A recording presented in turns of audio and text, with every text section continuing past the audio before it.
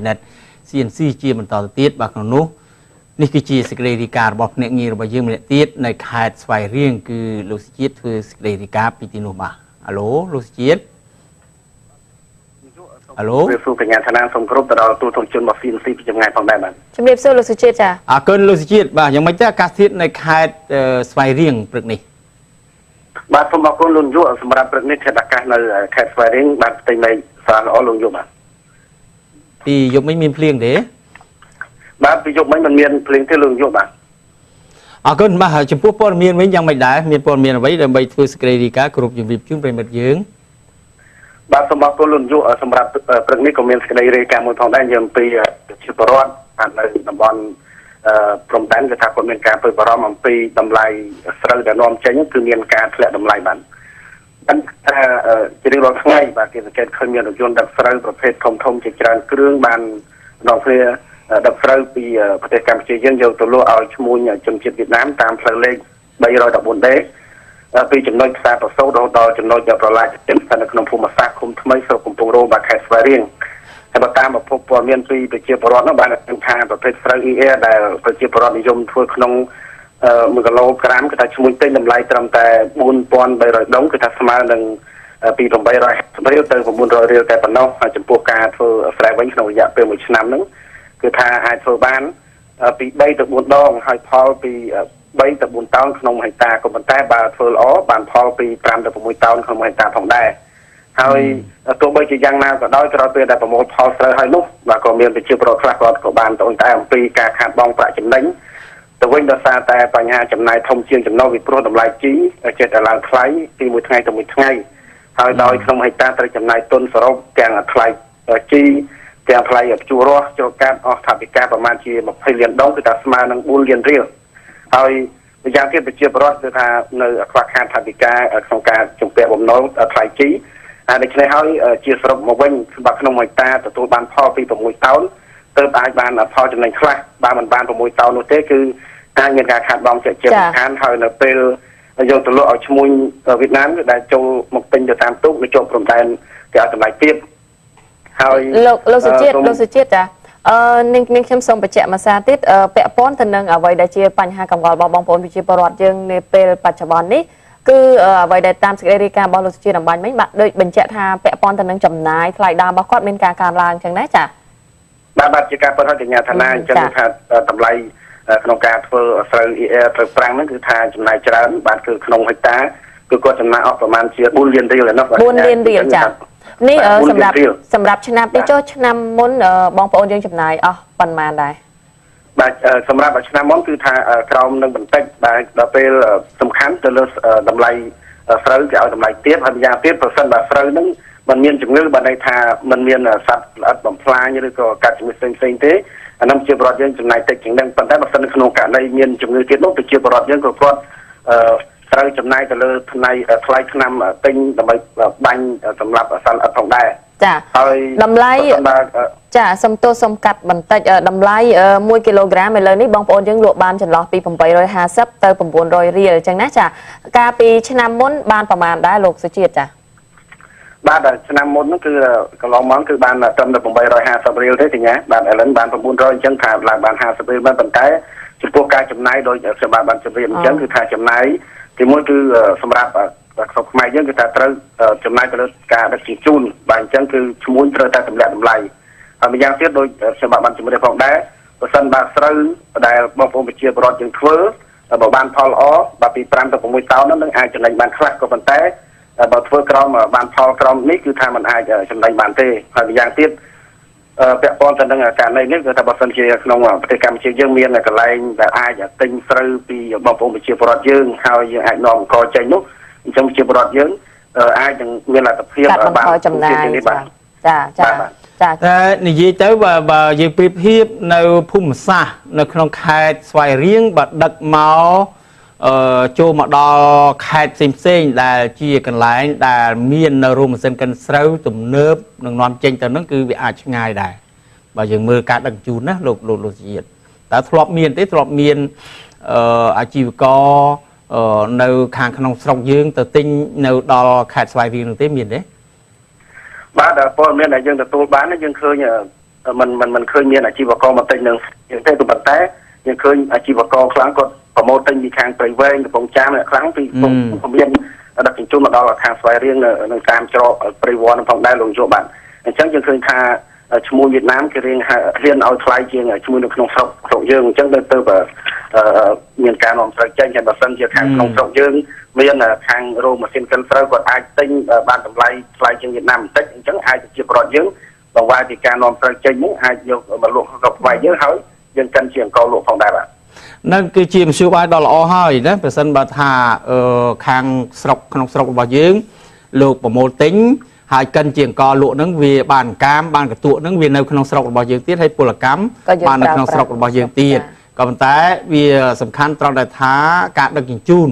ในเวียดนามนั่งกดกวดปลาระยะปีภายประมาณให้จำง่ายภายประมาณได้ดำไปนั่งเยอะแต่ลุบานดอลตีนู้บางจมูกนั่งปอร์เมียนนี่บางคนจมูกลุยอยู่ของได้จมูกอาการจำนายยังจังนั้นตามปัจจัยคือมันจะทลายประมาณเท่าไหร่ก็ปัจจัยยังเคยจำนายโครงการดักจูนในพวกรถยนต์แต่ทัวร์ดำน้ำปีไข่ไปเว้งปีกระโปรงแจ้งบริปีกระโปรงท่องจังยังเคยจำนายไปโดยโครงการทัวร์ดำน้ำจังให้เติมทางเวียดนามก็ตำแหน่งตำไลบัตรตำใบราย5ซับเติมผมบุญเรือแต่ปัจจัยบางลงโยบันนี่จมูกชั่วโมงเวียดนามแต่บ้านปราบยังบ้านในจกตะโยปอไม่ได้ตีนกบันแต่จำง่ายดังจูนึงง่ายได้ปีจำน้อยได้กอดติ้งให้กอดโยแต่ดอลตีบอกกอดนั้นบ้านมันจะง่ายประมาณได้ลงโยกไปเพราะในกรมแดนคือมีอะไรปลายตัดม้วนคือจบหนึ่งกรมแดนประเทศกัมพูชียังในเวียดนามแต่มาดองก็จะมีอะไรกับไลฟ์สต็อกสระนั่นคือในกระบายนั่นได้ได้ลงโยกบ้างบางทีใช้การจำนายบอกกี้ก็เทียบได้ยืนตะการดังจูนนะบางการดังจูนเลยใช่ไหมยืนตะประกวดไปเจนมาชิวใบได้ละอ๋อคือมีแต่อาจตำลาโรงจักมาเซ็นกันเสาดอตำเนิบนั่งเนื้อมาดมปรมประตูระเวียงปริเวณหนึ่งสมัยเรียงหลายนั่งอันนั้นเรียงอาจผลิตเจียงก้อนะกันเจียงก้อประโมทติงเสาปีปัจจัยกสิกรนำรำหนึ่งบางเบียนนำชิวบายนั่งตีโดยในคางกระทรวงกสิกรรมก็โดยเจียปีดิจิกรรมก็โดยเจียดีแปะป้อนลูกปีเน็ตมือหลายนั่งนะจำนวนมือที่อาจแปะป้อนตัวหนึ่งการบังการในปัจจัยเตในการดำดอกบองปนปัจจัยกสิกรในตีนูฟองได้จ้ะตัวทากตานี่ก็เจียตัวทาปัจจัยเตบองปนกสิกรยังเถอะการดังจังเตขนมกาขนมโกบองน้องดำใบกัดมันทอยในจำนายมาจำนวนตรำเตาโดยลูกเจียบานจำเรียบจูนจังคือถ้าปีพรำเตาประมวยต้อนอันนั้นก็บานจังได้ยังจังนะบ่าปีพรำเตาประมวยต้อนแล้วนั่นก็บานมันพรำต้อนอันนั้นปรังนั้นยังไงบ้านลุยโยบ้านมาสัญญาบ้านประมวยต้อนเติบเจียบรอดยังมีพอบ้านจังได้ขนมมวยเฮกตาร์มันมีจำได้ยังคือทางบ้านซ้ำแต่มาตุกตัวให้แต่ปัญหาประชมก็คือแต่พอนั่งตำไลจี้มาตำไลจี้ไปเจียบรอดยังเติบปลายในจำนายชราปัญหาจี้ให้จี้ตำไลมาบายแล้วจับอีกดอกเมินเชียงดอกเมินเรียงเราแต่ดอกจิตมาพันเมินเรียงเรานอกขนมมาบายกว่าลุงโยบ้านไอ้ขนมมาให้ตาเติบปลายประมาณบาทเท่าจีบ้านแต่ตามประเภทได้ลุงโยได้คลาก็ดักมวยบายได้คลาก็ดักเลื่อนนั่งทั้งดำใบมีพอลอพิโกทาเตอร์อีเอสเตอร์การถ่ายตอมชราเชียงเตอร์สุนทรงธรรมดาลุงโยบ้านบ้าตรำเตาบ้าจำนวนที่สมกระทรวงมนตรีเปียป้อนสมช่วยมือประทายเตียดในที่นะบ้านดำใบหนึ่งช่วยเอาบาปอมจิกาสกอร์บ่ยืงลูกเมียนในประจำโนโครงการดำเสาบอกกอดขนมรถเดาหนึ่งมวยออกคนลูกจีดในบ้านประดอลในปรมีนี่บ้าออกคนจุดโป่งบ้านสมออกคนสมกรุบเรียนลุงโยสำเร็จเรียนงานธนาสมกรุบเรียนดาวสู้ทรงจงพิจารณาทองได้บ้างสำเร็จเรียนลูกจีดจ้ะบ้าเรียนแบบตัวเจียนจิมตอนนี้สมกรุบเชื้อตามด่านทิศนาสกเดริการะบบเนี่ยงี้ระบบยังมือเตี้ยปีขายเปอร์เซ็นต์นุคือลูกบุญเล็กคือสกเดริกาฮัลโหลลูกบุญเล็กบ้านสมกรุบลูกโยบ้านไปสำเร็จสู้ปัญญาธนาบ้านสำเร็จสู้ลูกบุญเล็กจ้ะขึ้นลูกบุญเล็กยังไม่ได้การเทียนในระบบชนีระบบยืงบ้านอะไรก็คงจะเลี้ยงจับตังที่ตลมมอเตอร์มีการได้อะไรพระหับเลี้ยงครั้งอะไรพระคอเรียงลมใหญ่รวมทั้งโดยเฉพาะสำหรับได้การเทียบผู้อัพแมนเทนในบอลในกรงเปรียบเทียบนุลงโยบัสในนู้นมังไงกัดมังไงกอได้นะใครเตนุมาจุกาพลือสว่างอย่างแต่ปกโปกมาดมปีดมเพลียงเตลอย่างแต่เรือหน้าในบอลชเนบ่าขึ้นจมพูปอร์เมียนวิ่งลงเล้งมีปอร์เมียนไว้ดับใบกรบอยู่ในจูนเปรย์มันยังปรึกนี่คนลุงโยจังจะเรียกจูนนำปีสุขานาเพียรจงคราวในปัญหาแกะจงได้อำเภอจารทำในกรงแต่เสนุมันเทคแต่บางจังมีแค่ท่านในปรึกนี่มันไปในก็ปลาแทกแต่ที่นู้นรวมมันจับเป็นจูนสเปรย์มันเนี้ยได้ละก็บาบันจับจูนกาทีมไปมันไงนั้นเป็นจูนไปตลาดการในปรึกที่ให้บ้า បាទស្ត្រីនេះគាត់ឈ្មោះថនគីតាគាត់អាយុ34ឆ្នាំហើយបច្ចុប្បន្នស្នាក់នៅផ្ទះជួលនៅក្នុងក្រុងប្រទេសនោះហើយមុនពេលចាប់ខ្លួនពួកគាត់នេះបានធ្វើកម្មភាពលួចម៉ូតូប្រជាពលរដ្ឋមួយគ្រឿងហើយបន្ទាប់មកមានការបោកគេហៅឆោតបោកម៉ូតូពីរគ្រឿងពីប្រជាពលរដ្ឋទៀតហើយនៅពេលដែលគាត់ខ្លួននៅផ្ទះជួលហ្នឹងសមត្ថកិច្ចដកហូតបានកំភ្លើងខ្លីម្ដងទៀតតែកំភ្លើងខ្លីម្ដងបាទដូចក្នុងរូបភាពអញ្ចឹងគឺគាត់ជាស្ត្រីចោលលួចចោលជាស្ត្រីហើយគាត់មានកំភ្លើងទៀតហើយគាត់ញឹមរហូតគាត់អត់ព្រួយហើយគាត់និយាយមួយម៉ាត់ទៀតលោកយកគាត់ថាតំណាងថ្ងៃនេះបានបាច់ជីវិតគាត់បានចូលក្នុងកញ្ចក់ទូទស្សន៍បាទអូយ៉ាងទៀតចាគាត់ថាតំណាងបានចូលកញ្ចក់ទូទស្សន៍ហើយមានអ្នកកសែតអ្នកទូទស្សន៍ច្រើនទៅគាត់គាត់សប្បាយចិត្តគាត់ថានេះតាមលើមុខគាត់ឯងលោកយកគាត់ប៉ុន្តែយ៉ាងណាក៏ដោយគាត់នេះស្ត្រីរូបនេះត្រូវបានបញ្ជូនទៅកាន់តុលាការនៅពេលបញ្ជាក់ទៀតនេះឲ្យលោកយកទៅតាមមន្ត្រីអនុកលបាលខេត្តប្រសិទ្ធនុលោកដំចំណៃតោតាប្រធានលោកមានប្រសាសន៍អត់មានគ្រួសារប្តីកូននេះទេបាទឥឡូវនេះសមត្ថកិច្ចកំពុងតែធ្វើបង្កេតរកខ្សែស្រឡាយបាក់ពួកដោយសារតែឥឡូវគាត់នៅម្នាក់ឯងហើយគេគិតថាមានទាំងភ្លើងមានទាំងអីចឹងហើយលួចម៉ូតូឆោបបោកម៉ូតូអញ្ចឹងគេគិតថាអាចនឹងមានខ្សែស្រឡាយពាក់ព័ន្ធទៀតហើយនេះគឺជាបន្ទុករបស់សមត្ថកិច្ចដែលលោកធ្វើការអង្គស្រាវជ្រាវសរុបមកវិញស្ថានភាពចុងក្រោយនេះនៅឯខេត្តប្រសិទ្ធនុប្រជាពលរដ្ឋលោកមានការព្រួយបារម្ភខ្លះដែរទាក់ទងដល់សន្តិសុខក្រោយពីមានអំពើបាញ់សម្លាប់ប្លន់អាជីវករអ្នកលោកជាខ្វៃនិងគូខ្វៃនៅផ្សារលើក្រុងប្រសិទ្ធនុបានស្លាប់ហ្នឹងប្រជាជនភ័យតែឥឡូវនេះសូមជម្រាបជូនដល់ទូរទស្សនិកជនដែលបានជ្រាបថាមុខសញ្ញាចោរកម្មមិន2នាក់ហើយដែលសមត្ថកិច្ចបានចាប់ខ្លួនជាបន្តបន្ទាប់នៅក្នុងសប្តាហ៍នេះលោកនាយកបាទអានឹងសំខាន់ណាសំខាន់កន្លែងហ្នឹងដើម្បីនឹងធ្វើឲ្យអារម្មណ៍របស់បងប្អូនប្រជាពលរដ្ឋរបស់យើងក៏ដូចជាប្រជាពលរដ្ឋនៅតំបន់នីមួយៗដែលមានហេតុការណ៍កើតឡើងហ្នឹងគាត់ស្ងប់អារម្មណ៍បានលុះត្រាតែសមត្ថកិច្ចរបស់យើងហ្នឹងលោកមានវិធានការមើងម៉ាត់ហើយក៏ចាប់បាននៅជនល្មើសទាំងអស់ហ្នឹងហើយក៏កំណត់មុខសញ្ញាបានឬក៏បង្ក្រាបបានហ្នឹងអានឹងគឺជាប្រការល្អហើយពីព្រោះថាប្រសិនបើថាអត់អាច